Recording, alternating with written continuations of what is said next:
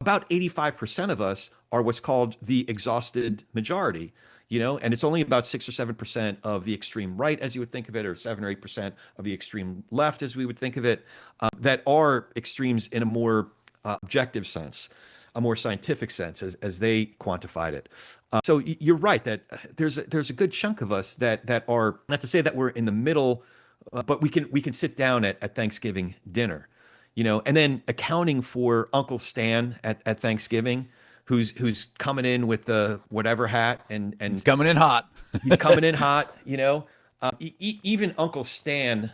I have a few rules, and sometimes the rule, unfortunately, is I do have to set a clear boundary where we've tried this, and if he's hit a couple of my buttons and isn't coming in good faith, isn't coming with goodwill, then no, you haven't earned. You've lost the right to be in these conversations with me. But you have to go really, really far for me to get to that point.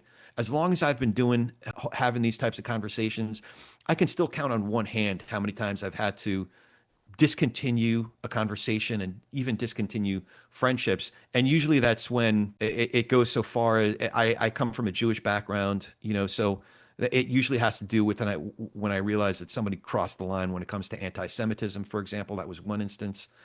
Other instances, not to go too deep into the examples, but they were pretty extreme and very, very rare examples when I actually did have to cut somebody off.